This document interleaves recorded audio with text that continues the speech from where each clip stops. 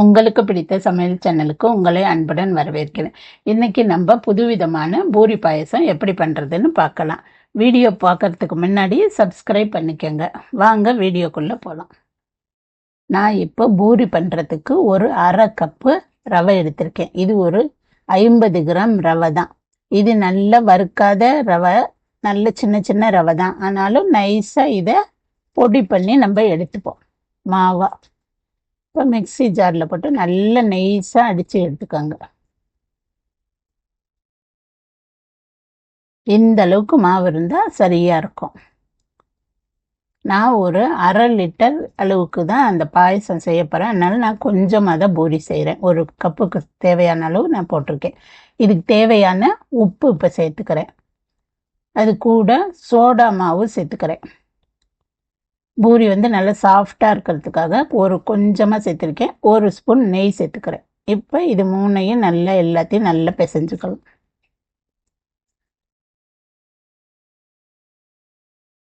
இப்போ இந்த உப்பு, சோடா உப்பு எல்லாம் சேர்த்து நல்லா ஒன்றா சேர்த்து பிசைஞ்சுக்கோங்க. அதுக்கப்புறமா நம்ம தண்ணி தெளித்து நல்ல ரொம்ப இதில் தண்ணி ஊற்றி பிசைஞ்சிடாதீங்க. பூரிக்கு கொஞ்சம் ரஃப்பாக இருந்தால் தான் மாவு ரொம்ப சாஃப்டாக இருந்தால் நல்லா இருக்காது, எண்ணெய் குடிக்கிறாப்புல இருக்கும். அதனால் கொஞ்சம் ஹார்டாக இருக்க மாதிரியே பிசைஞ்சுக்கோங்க. அப்போ தான் நல்லாயிருக்கும். அது ஊறி வரும்போது பாயசத்துக்கு அப்போ தான் அது நல்லாயிருக்கும். அந்த அளவுக்கு பிசைஞ்சுக்கோங்க. இப்போ இந்த அளவுக்கு பிசைஞ்சிட்டு அது காயாமல் இருக்க அது மேலே கொஞ்சமாக நெய் தடவி ஒரு மணி நேரம் மூடி வச்சிடுங்க. அப்போ நல்ல சாஃப்டாக இருக்கும். இப்போ மாவு எந்த அளவுக்கு சாஃப்டாக இருக்குது பாருங்கள். இது அப்போ தான் நல்லா உப்பி வர்றதுக்கு நல்லா இருக்கும் நம்மளுக்கு. இதை நல்லா இப்போ சப்பாத்தி கட்டையில் வச்சு லேசாக சாஃப்டாக ஒரு அளவுக்கு நல்லா மாவை பிசைஞ்சு எடுத்துக்கிட்டு இதை ஒரே பூரியாக நம்ம தேய்ச்சி எடுத்துக்கலாம்.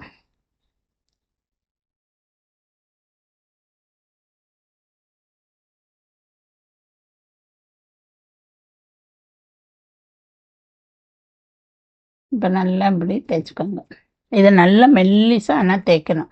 எந்த மாவும் எதுவுமே தொட்டு தேய்க்க வேண்டாம். சும்மாவே இப்படி அதில் ஏன்னா நம்ம நெய் போட்டிருக்கனால ஒட்டாது ரொம்ப. ஆனால் நல்லா மெல்லிசாக எடுத்துக்கோங்க.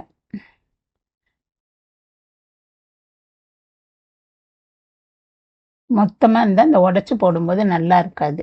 அது ரொம்ப ஊறவும் ஊறாது. அப்போ அது டேஸ்ட்டு நல்லா இருக்காது. இந்த இதில் பாயசத்தில் போட்டிருக்கும் போது இந்த மாதிரி நல்லா மெல்லிசாக தேய்ங்க. இப்போ சின்ன அந்த ஒரு மூடி எடுத்து அதே அளவுக்கு நம்ம எல்லாத்தையும் இப்படி கட் பண்ணி எடுத்துக்கலாம். இதே அளவுக்கு ஒரே சைஸாக அந்த மாதிரி போட்டுக்கோங்க. எப்படி குட்டி குட்டியாக பூரி இந்த பானி பூரிக்கெல்லாம் செய்வாங்க பார்த்தீங்களா, அந்த மாதிரி சின்ன சின்னதாக பண்ணி நம்ம எடுத்து வச்சுக்கலாம்.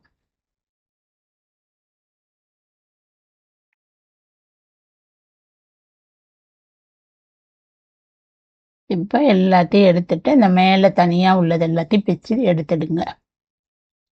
இதையும் நீங்கள் திருப்பி நல்லா மாவாக்கிட்டு திருப்பி இதே மாதிரி தேய்ச்சிட்டு இதே மாதிரி குட்டி குட்டியாக போட்டு அதையும் எடுத்து வச்சுக்கோங்க. இப்போ இந்த மாதிரி இந்த அளவுக்கு எடுத்து தனியாக எடுத்து வச்சுக்கோங்க தட்டில் எல்லாத்தையும் ஒன்று.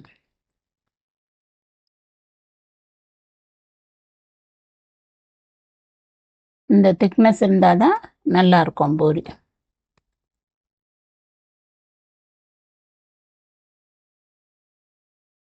இது நல்லா எண்ணெயில் போட்டு பொரிக்கும் போது நல்லா உப்பி வரும், நல்லா இருக்கும் அது. இப்போ நம்ம எண்ணெய் காய வச்சுருக்கோம். அதில் இந்த மாதிரி ஃபஸ்ட்டு ஒன்று போட்டு பார்த்துக்கோங்க நல்லா எந்த அளவுக்கு உப்பி வருதுன்னு. அதுக்கப்புறம் எல்லாத்தையும் நம்ம போட்டுக்கலாம். இந்த மாதிரி எண்ணெய் அப்படியே லேசாக மேலே எடுத்து ஊற்றும்போது நல்லா உப்பி வரும். நம்ம பெரிய பூரிக்கு செய்கிறோம் பார்த்தீங்களா, அதே மாதிரி தான் இதுவும். ஆனால் இது கொஞ்சம் ரவையில் நம்ம பண்ணுறதுனால இன்னும் கொஞ்சம் நல்லா வேக விடுங்க. அது நம்ம கோதுமை மைதாவில் பண்ணுவோம், போட்ட உடனே உப்பிடும். இது கொஞ்சம் நேரம் வச்சிங்கன்னா நல்லாயிருக்கும். லேசாக அந்த கலரும் மாறுற அளவுக்கு இருந்தால் தான் நம்ம இந்த பாயசத்தில் போடும்போது நல்லாயிருக்கும். எப்படி உப்பி வந்திருக்கு பாருங்கள். இப்போ நம்ம ஒரு 4-5 பூரியாக போட்டு எடுத்துக்கலாம். இந்த மாதிரி இருக்கிற எல்லா மாவையும் தேய்ச்சி வச்சுட்டு அது மாதிரி போட்டு போட்டு எடுத்து வச்சுக்கோங்க.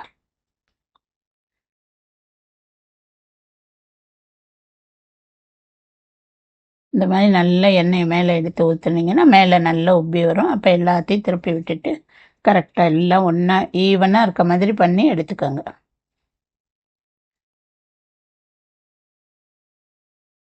இது கொஞ்சம் கலர் மாறுற அளவு இருந்தால் தான் நல்லா வெந்திருக்கும்.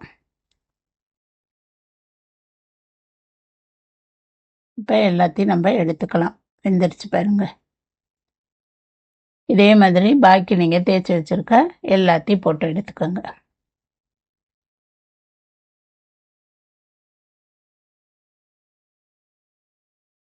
இப்போ பாயசம் செய்யறதுக்கு 1/2 லிட்டர் பால் நம்ம இப்போ காய்ச்சிக்கலாம். இப்போ நல்ல பாலை வந்து சுண்டுற அளவுக்கு திக்காகணும். அந்த அளவுக்கு கொஞ்சம் காய்ச்சிப்போம் நம்ம தேவையான அளவுக்கு. இப்போ பால் நல்லா காய்ஞ்சிட்டு இருக்கும்போது ஒரு கிண்ணத்தில் ஒரு 2 ஸ்பூன் கஸ்டர்ட் பவுடர் எடுத்து 1/2 டம்ளர் தண்ணி ஊற்றி நல்லா கட்டி இல்லாமல் கரைச்சி எடுத்து வச்சுக்கலாம்.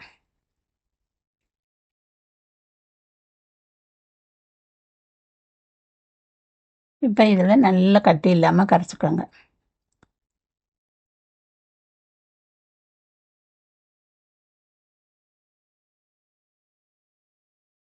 இந்த அளவு கரைச்சி வச்சுக்கோங்க. இப்போ நமக்கு கரெக்டாக பால் பொங்கி வந்துடுச்சு பாருங்க.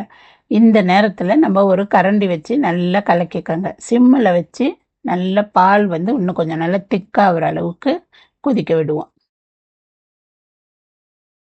இந்த அளவுக்கு பால் சுண்டி இருக்கு பாருங்க. அப்பதான் நல்லா இருக்கும். இந்த நேரத்துக்கு ஸ்டவ்வை சிம்மில் வச்சுட்டு நம்ம கலக்கி வச்சிருக்க இந்த கஸ்டர்ட் பவுடரை இதில் சேர்த்துக்கலாம். இதையும் சேர்த்து அந்த பாலோட நல்லா மிக்ஸ் ஆகுற அளவுக்கு நல்லா கலக்கிக்கோங்க. இது ரெண்டும் சேர்ந்து கொஞ்சம் நல்லா திக்காக வர்றது தெரியும் பாருங்க. அந்த எடுத்து ஊற்றும் போதே உங்களுக்கே அந்த இது தெரியும். அந்த அளவுக்கு கிண்டிக்கங்க. இப்போ இந்த அளவுக்கு திக்கானதும் நம்ம இதுக்கு தேவையான சர்க்கரை சேர்த்துப்போம். நான் வந்து இந்த அளவு பாலில் ஒரு 8 ஸ்பூன் சர்க்கரை போடுறேன். நீங்கள் வந்து டேஸ்ட் பண்ணி பார்த்துட்டு சர்க்கரை உங்களுக்கு கூட வேணும் அப்படின்னா அதுக்கு தகுந்த மாதிரி நீங்கள் சேர்த்துக்கோங்க. இந்த அளவு சேர்த்தா எனக்கு சரியாக இருக்கும். நீங்கள் வீட்டுக்கு நிறைய செய்யணும் அப்படின்னா அதுக்கு தகுந்த பால் சேர்த்துக்கோங்க. நம்ம எப்போதும் சேமியா பாயசம், ஜவ்வரிசி அந்த மாதிரி பாயசமே பண்ணுறோம்ல, இது ஒரு முறை பண்ணி பாருங்கள். இது ரொம்ப நல்லாயிருக்கும்.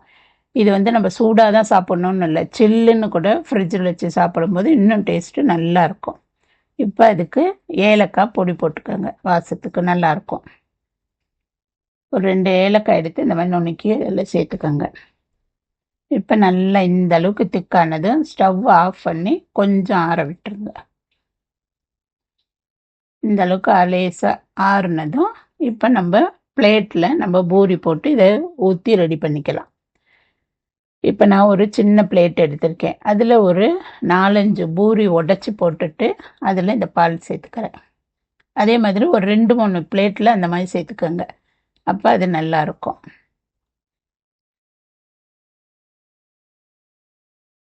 இந்த மாதிரி சின்ன சின்னதாக உடச்சி போட்டுக்கோங்க. இப்போ இது மேலே இந்த பாலை மொண்டு ஊற்றுங்க. இது ரொம்ப ஊறவும் வேண்டாம். கொஞ்சம் அப்படி வாயில் கடிக்கும்போது அந்த டேஸ்ட்டு நல்லாயிருக்கும். இது சூடாக சாப்பிடும்போதும் நல்லாயிருக்கும். கொஞ்சம் நீங்கள் ஃப்ரிட்ஜில் வச்சுட்டு சின்ன பசங்களுக்கு கொடுத்தீங்கன்னு வச்சுக்கோங்க, ரொம்ப விரும்பி சாப்பிடுவாங்க இந்த பாயசம். இப்போ இது மேலே கொஞ்சம் இந்த மாதிரி உடச்சி போட்டுக்கோங்க. இதே மாதிரி சின்ன சின்ன பிளேட்டில் போட்டு நீங்கள் வச்சிங்கன்னா எத்தனை பேர் இருக்காங்களோ அதே மாதிரி போட்டு அதை தனியாக எடுக்காமல் சாப்பிடும்போது அந்த திக்காக இருக்கும் பார்த்தீங்களா, பிரித்து எடுக்க வேண்டாம். அப்படியே சாப்பிடும்போது நல்லாயிருக்கும். இப்போ அதுக்கு மேலே கொஞ்சம் நம்ம நட்ஸ் எல்லாம் போட்டுக்கலாம். அப்போ அந்த டேஸ்ட் வாயில் கடித்து சாப்பிடும்போது நல்லாயிருக்கும். அதில் நான் வந்து முந்திரி, பாதாம், பிஸ்தா, திராட்சை எல்லாம் கட் பண்ணி வச்சுருந்தேன் பாருங்கள். அது எல்லாத்தையும் கொஞ்சம் மேலே போட்டுப்போம். இதே மாதிரி எத்தனை பிளேட் நீங்கள் ரெடி பண்ணி வச்சுருக்கீங்களோ அத்தனை பிளேட்டுக்கும் அது மாதிரி போட்டுக்கோங்க. சூடாக சாப்பிட விருப்பம் இல்லைங்க, இப்படி சாப்பிடுங்க. இல்லை சில்லுன்னு சாப்பிடணும் போது அந்த மாதிரியும் சாப்பிட்லாம். இப்போ இதில் லேசாக மேலே ஊற்றிக்கோங்க. இது இப்போ நமக்கு பூரி பாயசம் ரெடி ஆயிடுச்சு. இந்த பாயசத்தை நீங்களும் வீட்டில் செஞ்சு பார்த்துட்டு எப்படி இருக்குன்னு கமெண்ட் பண்ணுங்கள், லைக் பண்ணுங்கள், ஷேர் பண்ணுங்கள். மறக்காமல் சப்ஸ்கிரைப் பண்ணுங்கள். நன்றி.